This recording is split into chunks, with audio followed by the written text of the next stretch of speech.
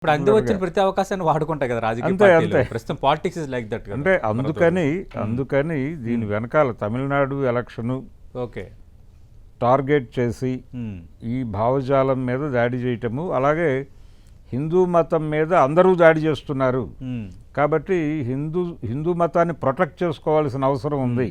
Okay ఇప్పుడు ఇతర మతస్థుల నుంచి మాత్రమే కాదు వీళ్ళ నుంచి కూడా ప్రమాదం ఉంది అని చెబుతూ ఈ అంత్యక్రియల్ని దీన్ని అంటే ఆయన తల్లి అంత్యక్రియల్ని దీన్ని లింక్ చేయటంలో ఆయన్ని క్రైస్తవుడిగా ఎస్టాబ్లిష్ చేయటం ఓకే చేసి ఆయన నాస్తికుడిగా కంటే కూడా క్రైస్తవుడిగా ఈ రకమైనటువంటి కామెంట్స్ చేశాడు అనేది ఎస్టాబ్లిష్ చేయటం ద్వారా హిందూ మతం ప్రమాదంలో ఉంది అనే నాస్తికుడు అంటే ఏ విశ్వాసాన్ని నమ్మలేని వాడు కదా. అవునండి దేన్ని ఇప్పుడు కానీ కేవలం ఒక హిందూ మతం మీద ఎక్కువగా ప్రకాష్ రాజ్ మాట్లాడటంలో ఇంటెన్షన్ లేదంటారు అసలు.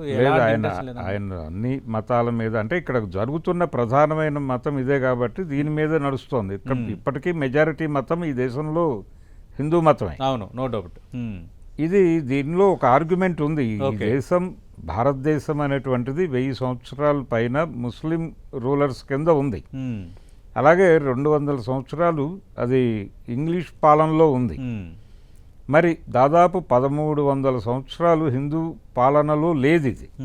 అయినప్పటికీ ఇప్పటికీ ఎందుకు హిందూ మతం మెజారిటీ మతంగా ఉంది అనే ఒక ప్రశ్నకి అంటే మత మార్పిడులు జరగలేదా అంటే జరిగాయి కానీ అది పై కులాల్లో జరగలేదు, కింది కులాల్లో జరిగింది. వాళ్ళు కూడా మళ్ళీ పని కోసం తిరిగి వెనక్కి వచ్చారు, ఘర్వాపసి. ఇలాంటి చాలా గందరగోళాలు ఉన్నాయి. ఓకే ఇవన్నిటి నేపథ్యంలో వీళ్ళు హిందూ మతం అనేది ఈ రోజుకి మెజారిటీ మతంగా ఉంది ఇక్కడ.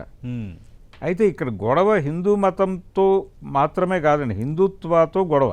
ఓకే ప్రతిదీ వీళ్ళు బూచిని చూపిస్తున్నారు, ప్రతి చిన్న విషయాన్ని హైలైట్ చేసి గొడవకి దిగుతున్నారు, కవ్వించే పరిస్థితికి వెళ్తున్నారు.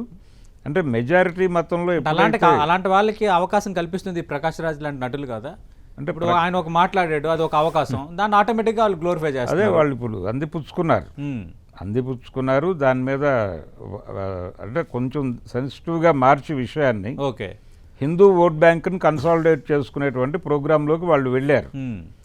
ఇది అంటే ఆ రోజున ఆయన మాట్లాడిన సందర్భంలో ఇది లేదు. ఓకే ఈ ఎన్నికలు ఈ గొడవ లేదు.